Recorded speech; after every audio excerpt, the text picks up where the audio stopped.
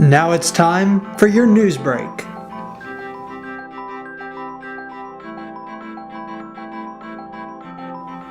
Good afternoon, everyone. I'm Derek Brizendine with the Daily Star Journal's News Break. Students laughed, played, and engaged in lessons at Camp Hero. In sports, it was senior night for the Warrensburg Lady Tigers swim team. The team took second with 312 points. It was also senior night for the Warrensburg wrestlers against the small O'Hara squad. There were only 3 contested matches on the night as Warrensburg won 55-18. Wednesday night was the first of 2 MIAA doubleheaders at the Multi this week as UCM hosted Emporia State. We start things off with a top 25 matchup between the Jennies and the Lady Hornets. Kelsey Williams kicks things off with a 3 to make it 7-2 UCM. She wasn't done yet though, as she piles on another 3 to put the Jennies back up 10-7. Kiana Lee had the challenge of going inside against the Emporia State Bigs, but that doesn't faze her here as she grabs a couple and UCM cuts the Lady Hornets lead to 16-15. The Lady Hornets looked as though they would take a 6-point lead and momentum into the half, but it is Sydney Skaggs with a basket at the buzzer as UCM went into the half down 24-20. The Lady Hornets opened up a 45-35 lead in the second half, but UCM clawed back, with Redmond bringing the game within 2 with just over a minute left to play. Then it's Redmond again to tie things at 52. The Jennies drew up a play for the final possession of regulation, but it wasn't meant to be as UCM and Emporia State went into extra time.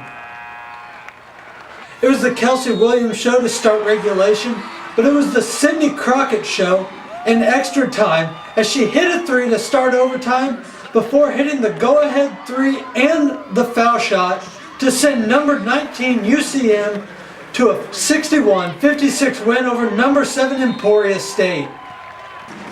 After a thriller in Game 1, the Mules went for the doubleheader sweep in Game 2. A fairly evenly matched game as Spencer Reeves drives the baseline to make it 9-5 UCM early on. Emporia State went on a little run of its own, but the big man Jacob Lawrence from behind the arc here makes it 16-12 Hornets. The Mules kept fighting with another triple from Kyle Wolf to pull UCM within 1 at 16-15. It was Wolf to pull UCM within 1, and now it's Wolf to put UCM up by 1 with 7 minutes left in the half. Well, the Mules didn't hold that particular lead. UCM did go on to win 66-58. I thought that we had a chance to go on several runs, and probably they feel the same way, where we just had a silly turnover or unforced, and untimely foul. Just some things that just disrupted the flow of the game offensively and defensively.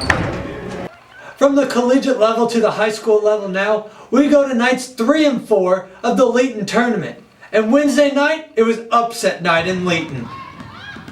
The first game of the night featured the number 3 Knob-Noster Lady Panthers and the number 2 Crestridge Lady Cougars. Crestridge took a 7-point lead into the final quarter, but Knob-Noster wouldn't go away. Jessica Sater ties the ballgame with a free throw with just under 2 minutes to play.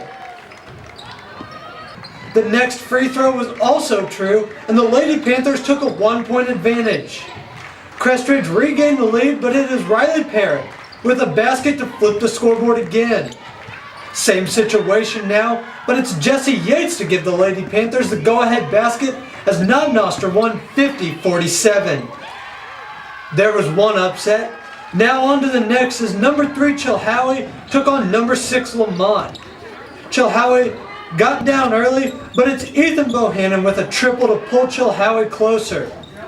Dakota Clemens drives the lane here to make it 52-43 Lamont. Third quarter drawing to a close now, and it's Brendan Haynes with a 3 to bring the Indians within 8 with 1 quarter to play. More Haynes now as the Indians drew within 6.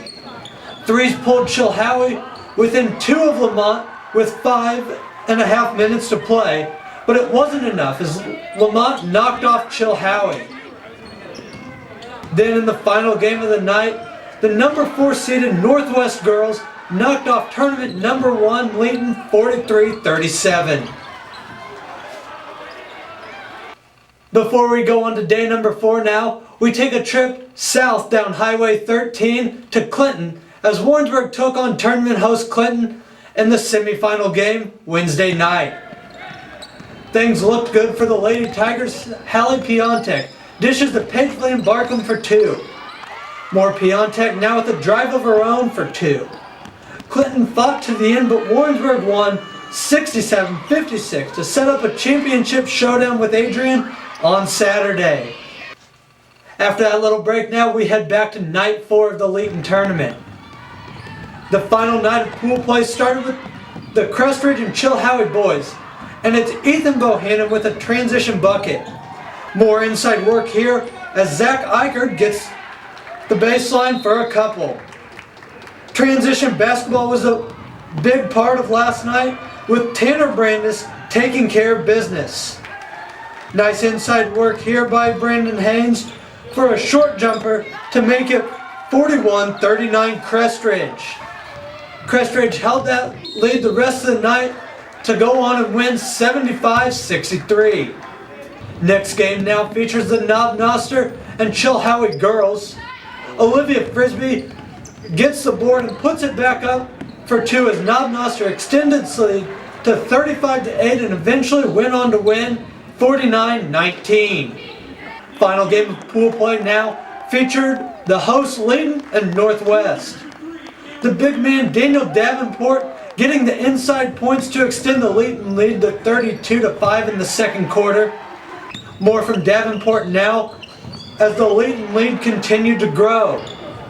Here it's Cody Claxton from outside.